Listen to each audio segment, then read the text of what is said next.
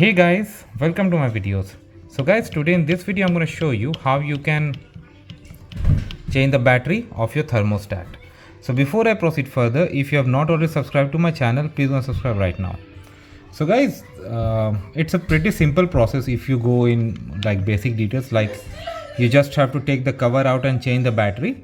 But depending upon the model of thermostat you have, you should know that how to take the cover out, because you don't want to use too much force, especially for a sensitive equipment like thermostat, and that could lead to some disasters. Okay, so it's very important to do that you know. Okay, so for this White-Rodgers, it's pretty simple.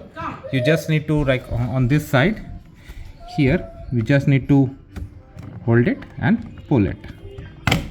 Yeah, see, it got open, and similarly from this side also you can pull it. See, it got opened. So now you can change the battery, and once you are done with the battery, now it's very important you see these wires, how these wires are going. Like in case you want to change, you should properly label it and then use them. Okay guys, so that's it. You can change the batteries, and once you are done, just put it back.